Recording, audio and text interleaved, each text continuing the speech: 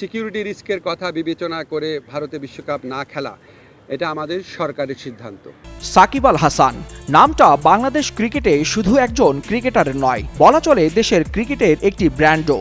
যিনি মাঠে নামলে সমর্থকরা ভুলে যেতে চান বোর্ডের ব্যর্থতা, প্রশাসনিক বিশৃঙ্খলা, এমনকি ক্রিকেটের বাইরের সবকিছু। ঠিক সেই জায়গাটাতে কি বিসিবি হাত রেখেছে? প্রশ্নটা এখন জোরালোভাবেই ঘুরছে। বিসিবি কি সাকিবকে সামনে এনে শাক দিয়ে মাছ ঢাকার চেষ্টা করছে? কেননা গেল ১.৫ বছরে সাকিবকে ফেরানোর কথা উঠলেই তার নানাভাবে এড়িয়ে যাওয়ার চেষ্টা করে বিসিবি। তবে গেল কয়েকদিনে কি এমন ঘটল যে হুট করে বিসিবি নিজ থেকেই সাকিবের ফেরার বিষয়ে ঘোষণা দেন? টাইমিংটা দেখলেই সন্দেহ ঘনীভূত হয়। বাংলাদেশ টি-20 বিশ্বকাপ খেলতে পারছে না, এটা দেশের ক্রিকেট ইতিহাসে বড় ধাক্কাই বলা চলে। আইসিসির সিদ্ধান্তে বাংলাদেশের জায়গায় বিশ্বকাপে যাচ্ছে স্কটল্যান্ড। সেই ক্ষতটা এখনো টাটকা। ঠিক এর পরপরই আসে সাকিবের প্রত্যাবর্তনের ঘোষণা। যেন এক ধাক্কায় সব আলোচনা অন্যদিকে ঘুরিয়ে দেওয়ার চেষ্টা ক্রিকেট বোর্ডের। কিন্তু সমস্যাটা শুধু বিশ্বকাপ না খেলতে পারা নয়, এর সঙ্গে জড়িয়ে আছে বিসিবির ভেতরের আরও অস্বস্তিকর সত্য। পরিচালকদের পদত্যাগের গুঞ্জন, বোর্ডের এক পরিচালকের বিপিএল ফিক্সিং এর সঙ্গে জড়িত থাকার তথ্য সামনে আসা, এসব মিলিয়ে বিসিবি নিজেই এখন প্রশ্নবিদ্ধ। এর উপর ঘরোয়া ক্রিকেটে নেমে এসেছে ভয়াবহ অনিশ্চয়তা। ৪৫টি ক্লাব একসঙ্গে ঘরোয়া ক্রিকেট বয়কটের ডাক দিয়েছে। ঢাকা প্রিমিয়ার লিগ আদৌ হবে কিনা সেটাই এখন বড় প্রশ্ন।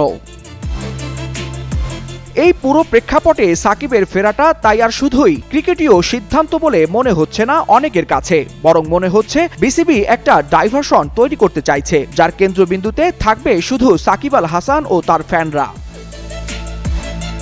বাস্তবতা হলো সাকিব প্রসঙ্গ এলেই সব ধরনের আলোচনাই বদলে যায়। কেউ প্রশ্ন তোলে তার ফিটনেস নিয়ে, কেউ পাকিস্তান সিরিজে তার ভূমিকা নিয়ে, কেউ আবার নেতৃত্বের সম্ভাবনা নিয়ে। এই ভিড়ের মধ্যে চাপা পড়ে যায় সেই কঠিন প্রশ্নগুলো। বাংলাদেশ কেন বিশ্বকাপ খেলতে পারল না? এই ব্যর্থতার দায় কি শুধু আইসিসির? কেন ঘরোয়া ক্রিকেট এতটা অবহেলিত? ক্লাবগুলোর ক্ষোভ কেন এমন বিস্ফোরক জায়গায় পৌঁছালো?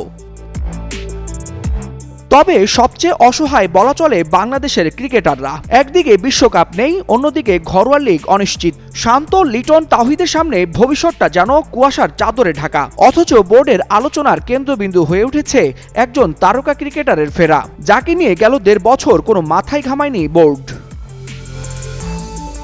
সাকিব আল হাসান নিজে এই সংকটের নায়ক হবেন নাকি অনিচ্ছাকৃতভাবে ঢাল হিসেবে ব্যবহৃত হবেন সেটা সময় বলবে। কিন্তু আপাতত যে ছবিটা স্পষ্ট তা হলো বিসিবি আগুন নেভানোর বদলে ধোঁয়া ঢাকতে ব্যস্ত।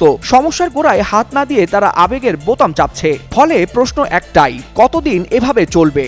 সাকিব কি সত্যি সব ঢেকে দিতে পারবেন, নাকি খুব শিগগিরই আবার সামনে আসবে সেই কঠিন বাস্তবতা, যেখানে ক্রিকেট নয় বিসিবির ব্যর্থতাই হবে মূল শিরোনাম? সোশ্যাল মিডিয়ায় এখন এই প্রশ্নটাই ঘুরে বেড়াচ্ছে।